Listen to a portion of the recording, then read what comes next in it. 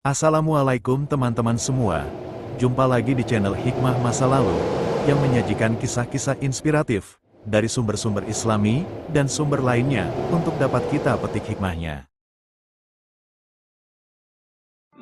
Teman-teman semua, pernahkah kalian membayangkan seperti apa kehidupan awal manusia di bumi? Kisah Nabi Adam dan Hawa adalah awal mula perjalanan kita sebagai manusia. Kisah ini syarat dengan pelajaran mendalam yang terabadikan dalam Al-Quran, hadis, dan penuturan para ulama terdahulu. Mari kita selami bersama perjalanan Nabi Adam dan Hawa ketika mereka turun ke bumi.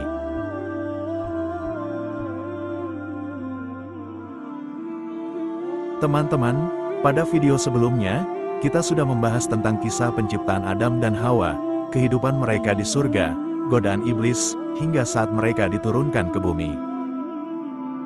Setelah dikeluarkan dari surga karena melanggar larangan Allah, Adam dan Hawa memulai kehidupan mereka di bumi yang sama sekali berbeda.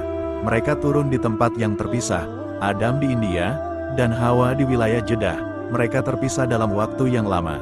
Namun, atas kasih sayang Allah, mereka akhirnya dipertemukan di Jabal Rahmah, Arafah.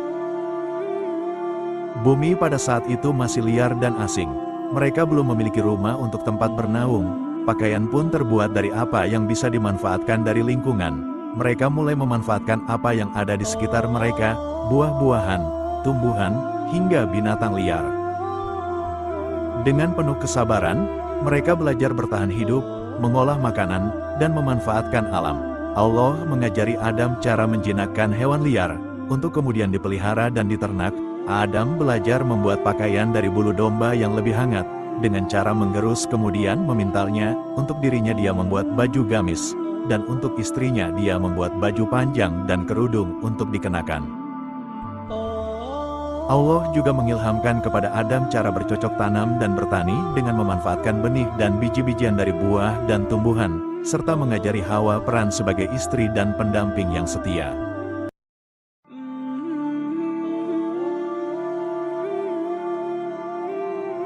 Di langit ketujuh, di bawah Arash, terdapat sebuah rumah tempat para malaikat bertawaf dan beribadah kepada Allah, yang bernama Baitul Maqmur. Allah Subhanahu wa Ta'ala kemudian memerintahkan Adam untuk membangun sebuah tempat ibadah di bumi yang serupa dengan Baitul Maqmur, tempat ibadah para malaikat di langit. Dengan panduan wahyu dari Allah, Nabi Adam memulai pembangunan Ka'bah di lokasi yang sekarang dikenal sebagai Makkah. Disebutkan bahwa Allah mengutus malaikat Jibril kepada Adam dan Hawa. Lalu Allah berfirman kepada keduanya, "Bangunlah sebuah rumah tempat ibadah." Lalu Jibril pun membuatkan kerangka dari rumah tersebut. Kemudian Adam yang menggali tanah dan Hawa yang mengambil tanah kemudian dicampur dengan air. Kemudian diserukan kepada mereka, "Cukup wahai Adam." Ketika mereka berdua selesai membangun Ka'bah, para malaikat datang dan mengelilingi Ka'bah sebagaimana mereka bertawaf di Baitul Maqmur. Lalu dikatakan kepadanya, "Adam, engkau adalah manusia pertama, dan ini adalah rumah tempat ibadah pertama."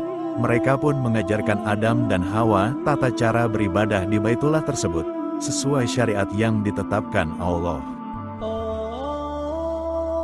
Adam sebagai nabi pertama selalu beribadah kepada Allah, mensucikannya, dan mengajarkan tauhid kepada Hawa. Meski berada di bumi, mereka tak pernah melupakan kedekatan dengan Allah sebagaimana di surga. Mereka mendirikan sholat, berdoa, dan senantiasa bersyukur atas rezeki yang Allah berikan. Allah memberikan wahyu kepada Adam, mengajarkan hukum-hukumnya, dan menjadikannya panutan bagi keturunannya kelak. Dari sinilah dimulai tradisi ibadah manusia yang berakar pada ketaatan kepada Allah.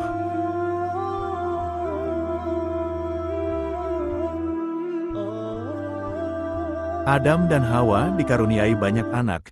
Dalam riwayat disebutkan bahwa mereka melahirkan anak-anak dalam pasangan kembar laki-laki dan perempuan, yang berjumlah 40 orang. Anak-anak ini kemudian dinikahkan dengan pasangan kembar dari saudara mereka yang lain, dengan aturan yang sudah ditetapkan Allah.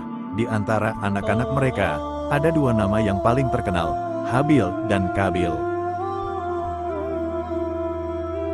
Habil adalah anak yang taat, penuh keikhlasan, dan menjaga kehormatan keluarganya, dia berprofesi sebagai peternak.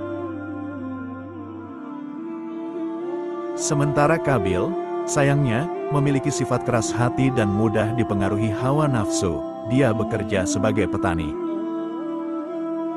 Qabil, yang lebih tua, diperintahkan untuk menikah dengan saudari kembar Habil, yang bernama Labuda.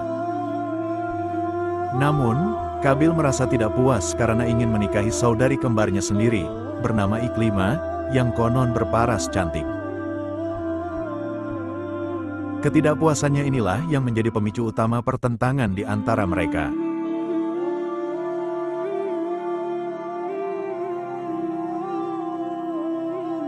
Puncak kisah tragis ini terjadi ketika Allah, melalui Nabi Adam, memerintahkan kedua putranya itu mempersembahkan kurban untuk menentukan siapa yang berhak menikahi Iklima. Habil yang jujur memberikan hewan terbaik dari ternaknya, sementara Qabil memberikan hasil pertanian yang buruk. Mereka disuruh meletakkan kurban masing-masing di suatu tempat yang tinggi, dan membiarkannya di sana, sebagai tanda kurban siapa yang diterima. Sesosok cahaya atau api dari langit akan membawa kurban tersebut. Ternyata Allah menerima kurban Habil dan menolak kurban Qabil. Kecemburuan dan hasad menguasai Qabil. Dengan bisikan setan, ia tega membunuh saudaranya sendiri, menjadikan peristiwa ini sebagai pembunuhan pertama dalam sejarah manusia. Kisah ini disebutkan dalam Al-Quran. Dan ceritakanlah kepada mereka kisah kedua putra Adam, Habil dan Qabil. Menurut yang sebenarnya, ketika keduanya mempersembahkan kurban, maka diterima dari salah seorang dari mereka berdua, Habil, dan tidak diterima dari yang lain, Qabil. Qabil, berkata, "Sungguh, aku pasti membunuhmu." Habil berkata, "Sesungguhnya Allah hanya menerima kurban dari orang-orang yang bertakwa. Sungguh, jika engkau menggerakkan tanganmu kepadaku untuk membunuhku, aku tidak akan menggerakkan tanganku kepadamu untuk membunuhmu. Sesungguhnya aku takut kepada Allah, Tuhan seluruh alam. Sesungguhnya aku ingin agar engkau kembali dengan membawa dosa terhadapku dan dosamu sendiri. Maka engkau akan menjadi penghuni neraka, dan itulah balasan bagi orang-orang zalim." Maka nafsu amarah Qabil menjadikannya menganggap mudah membunuh saudaranya, sebab itu dia membunuhnya. Maka jadilah dia termasuk orang-orang yang rugi. Quran Surat Al-Maidah ayat 27 sampai dengan 30. Dengan rasa takut ketahuan oleh ayahnya, Qabil memanggul jenazah saudaranya hingga waktu yang lama. Dadanya diliputi penyesalan, namun dia tidak kunjung bertobat kepada Allah, atau mengakui perbuatannya kepada ayahnya. Sampai akhirnya Allah mengutus burung gagak untuk mengajari Qabil cara menguburkan jenazah. Allah berfirman, kemudian Allah mengutus burung gagak yang menggali-gali di bumi untuk memperlihatkan kepadanya, "Qabil, bagaimana seharusnya dia menguburkan jenazah saudaranya?"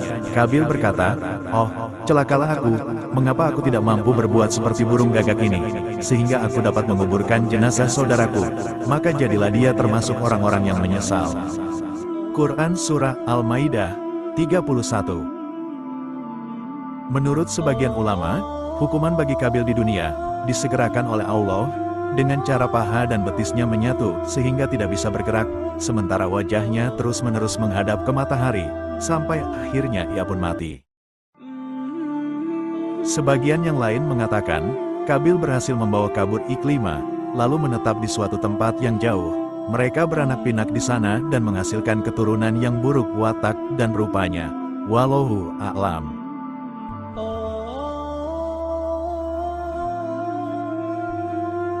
Setelah mengetahui tragedi yang menimpa kedua putranya, Adam dan Hawa dirundung kesedihan yang luar biasa. Lalu Allah menganugerahkan seorang putra yang soleh untuk menghibur mereka, yang kemudian diberi nama Syits.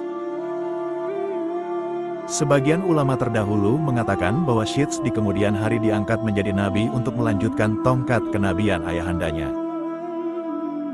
Nabi Adam hidup selama 960 tahun. Diceritakan bahwa ia sempat melihat sekitar 400.000 anak cucunya sebelum wafat. Ia menyampaikan pesan kepada anak-anaknya tentang pentingnya bertauhid kepada Allah dan menjauhi bisikan setan.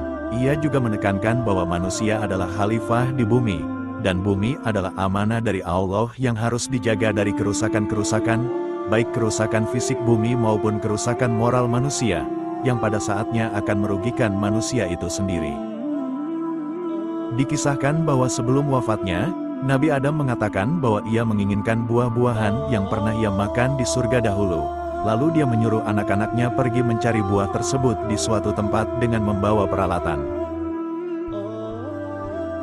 Dalam perjalanan, anak-anaknya yang membawa peralatan cangkul, sekop dan keranjang, bertemu dengan beberapa orang aneh yang membawa kapur barus dan kain kafan. Setelah mengetahui tujuan anak-anak Nabi Adam, orang-orang tersebut menyuruh mereka agar pulang bersama karena waktu ajal Nabi Adam segera tiba. Ketika sampai di rumah, Hawa yang mengenali siapa mereka yang sebenarnya adalah para malaikat, langsung menangis memeluk Nabi Adam yang sedang terbaring di ranjang. Namun, dengan tenang Adam berkata, "Tidak apa-apa, waktuku sudah tiba. Pergilah menjauh, biarkan aku bersama para malaikat dari Tuhanku." Ibunda Hawa pun menjauh, tidak sanggup melihat orang yang paling dicintainya sejak dari surga, dijemput ajalnya langsung oleh para malaikat. Dia hanya berharap kelak bisa berkumpul lagi dengan suaminya di surganya Allah. Setelah mencabut nyawa Nabi Adam, para malaikat kemudian memandikan, mengkafani, menyolatkan, lalu mengubur jenazahnya. Mereka lalu berkata, "Wahai anak-anak Adam, inilah tata cara menyelenggarakan jenazah bagi kalian." Wafatnya Nabi Adam meninggalkan duka mendalam bagi keluarganya. Bahkan seluruh makhluk di bumi dan para malaikat di langit menangisi kepergiannya selama 7 hari. Hawa, sebagai pendamping setia, wafat tak lama setelah Adam menyusul suami tercinta. Makam Nabi Adam dan Hawa tidak diketahui dengan pasti lokasinya, karena tidak ada bukti sejarah yang autentik. Namun, ada beberapa tradisi dan keyakinan yang berkembang di kalangan umat Islam, Yahudi, dan Kristen mengenai tempat pemakaman mereka. Sebagian orang percaya bahwa makam Nabi Adam terletak di dekat Masjid Al-Aqsa di Yerusalem, atau di suatu tempat di sekitar Gunung Arafah, Arab Saudi. Ada juga pendapat lain yang menyebut bahwa makamnya berada di dalam Goa Patriark di Hebron, Palestina. Berdasarkan tradisi lokal di Jeddah, Arab Saudi, makam Siti Hawa dipercaya berada di sebuah situs kuno yang dikenal sebagai Makam Hawa. Nama kota Jeddah sendiri berasal dari kata Jadah, yang berarti nenek, merujuk pada Hawa sebagai ibu seluruh manusia. Teman-teman semua, itulah sekelumit kisah perjalanan hidup Nabi Adam dan Bunda Hawa. Semoga kita bisa memetik hikmah dari kisah ini, untuk menjadi pribadi yang lebih baik. Jangan lupa like dan subscribe agar tidak ketinggalan video lainnya dari channel ini.